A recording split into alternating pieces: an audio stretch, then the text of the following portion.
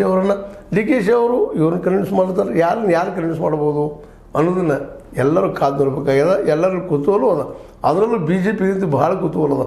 ಈ ಜಲ್ದಿ ಹತ್ತಲಪ್ಪ ಅವ್ರಿಗೆ ನಡಕ ಯುದ್ಧ ಒಂದು ಅನುಕೂಲ ಆಗ್ತದೆ ನಮಗೆ ಅನ್ನುವಂಥ ಮಾತು. ಯಾಕೆಂದರೆ ಇಬ್ಬರು ಅಂಥವ್ರು ಇದ್ದಾರೆ, ಇಬ್ಬರು ಬಿ ಜೆ ಪಿನ ವಿರೋಧಿಸುವಂಥವ್ರು ಇದ್ದಾರೆ. ಒಬ್ಬ ನಿಷ್ಠಾವಂತ ಕಾಂಗ್ರೆಸ್ಗರಿದ್ದಾರೆ, ಡಿ ಕೆ ಶಿವಕುಮಾರ್ ಅವರು. ಸಿದ್ದರಾಮಯ್ಯನವರಂತೆ ಮೊದಲಿಂದ ಸಮಾಜವಾದಿ ನೆಲಗಟ್ಟಲ್ಲಿ ಬೆಳೆದು ಬಂದಂಥವ್ರು ಇದ್ದಾರೆ.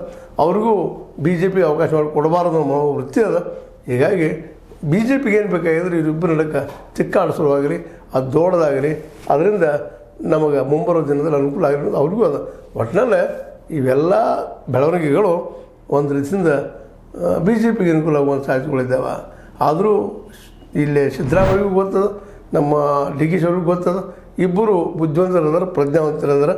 ಇದನ್ನು ತಮ್ಮ ಚರ್ಚೆ ಮೂಲಕ ಬಗೆಹರಿಸ್ಕೊಂಡ್ರೆ ಭಾಳ ಒಳ್ಳೆಯದು. ಇಲ್ಲಾಂದ್ರೆ ಇದೇ ದೊಡ್ಡದಾಯ್ತಪ್ಪ ಅಂದ್ರೆ ಮತ್ತೇನೋ ರೂಪ ಪಡಿಬೋದು ಅಂತ ಹೇಳ್ತಾ, ಡಿ ಸಿ ಎಮ್ ಏನಾದರೂ ಸಿ ಎಮ್ರ ಮಾತು ಕೇಳೋರ ಅಂತ ಹೇಳ್ತಾ, ಇದು ನಿಮ್ಗೆ ಲೈಕ್ ಆಗಿರ್ಬೋದು. ಲೈಕ್ ಮಾಡಿರಿ, ಶೇರ್ ಮಾಡಿರಿ, ಕಾಮೆಂಟ್ ಮಾಡಿರಿ. ಜೊತೆಗೆ ಇನ್ನೊಂದು ಮಾತು, ಸಿದ್ದರಾಮಯ್ಯ ತಗೊಳ್ಳೋರ ಅನ್ನೋ ಮಾತು ಹೇಳ್ತಾ, H16 ನ್ಯೂಸ್ ಅರ್ಥಾತ್ ಸಿದ್ದರಾಮಯ್ಯ ಸತ್ಯದ ಕೈಗಳಲ್ಲಿ ವಂದನೆಗಳು.